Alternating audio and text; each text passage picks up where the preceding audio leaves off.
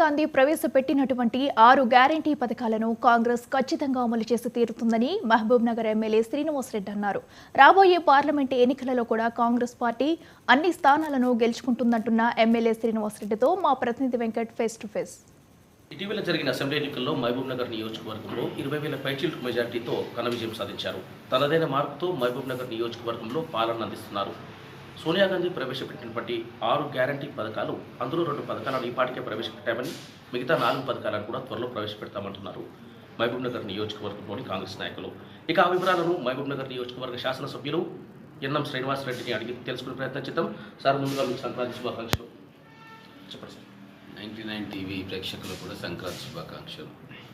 ఈరోజు ప్రజాప్రభుత్వం ఏర్పాటైన తెలంగాణలో ప్రజలు ఏం ఆశిస్తున్నారో, మేము ఎన్నికల్లో ఏం వాగ్దానం చేసినామో ఆ వాగ్దానాల అమలు కోసం మా ప్రభుత్వం పనిచేస్తూ ఉంది. గత ప్రభుత్వం తీసుకున్న అస్తవ్యస్త నిర్ణయాల వల్ల మొత్తం కూడా రాష్ట్ర ప్రభుత్వ ఖజానా దుబారా ఖర్చులకు పరిమితమై కన్స్ట్రక్టివ్ స్కీమ్స్కి కానీ కన్స్ట్రక్టివ్ ప్రాజెక్ట్స్ కానీ పెట్టలేని పరిస్థితి. అమలు కాని ప్రాజెక్టుల లక్షల కోట్ల రూపాయలు ఖర్చు చేసింది కాబట్టి ఈరోజు ఆర్థిక వ్యవస్థ మొత్తం చిన్నభిన్నమవుతూ ఉంది. దీన్ని సరిచేసే ప్రయత్నం కాంగ్రెస్ ప్రభుత్వం చేస్తూ ఉంది.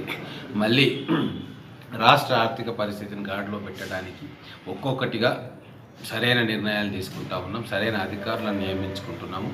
ఎక్కడ దుబారా జరుగుతూ ఉందో దాని లీకేజెస్ అన్నీ కూడా ఆపే ప్రయత్నం చేస్తూ ఉన్నాం. మేమిచ్చిన 6 గ్యారెంటీలు మాత్రం ఎట్టి పరిస్థితుల్లో ప్రజలకు అందజేసే సంకల్పం ప్రభుత్వం తీసుకుంది. మొట్టమొదటిసారిగా ప్రమాణ స్వీకారం చేసిన వెంబడే మన మహిళలకు ఉచిత ఆర్టీసీ రవాణా సౌకర్యం కల్పించినాం.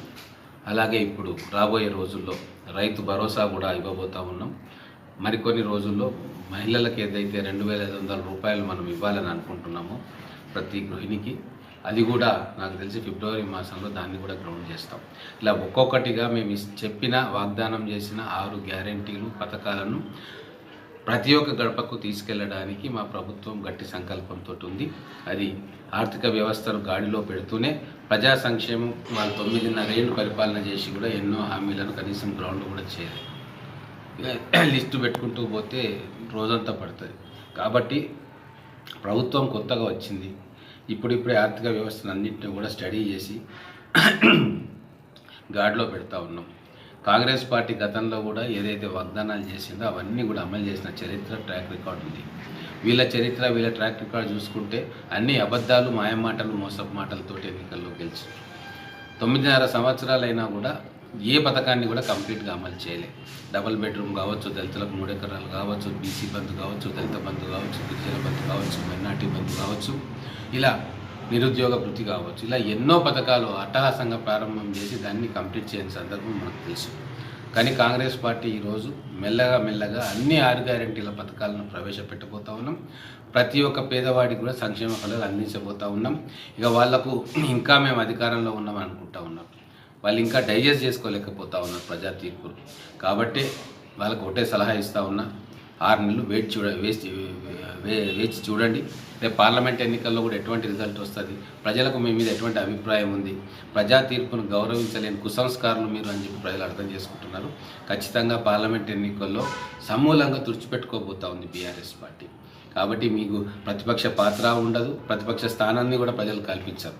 కాబట్టి మీ ప్రజా తీర్పును శిరసా వహించి కొత్త ప్రభుత్వానికి సమయం ఇచ్చి నిర్మాణాత్మకమైన సూచనలు ఇస్తే ప్రజలు కూడా హర్షిస్తారు.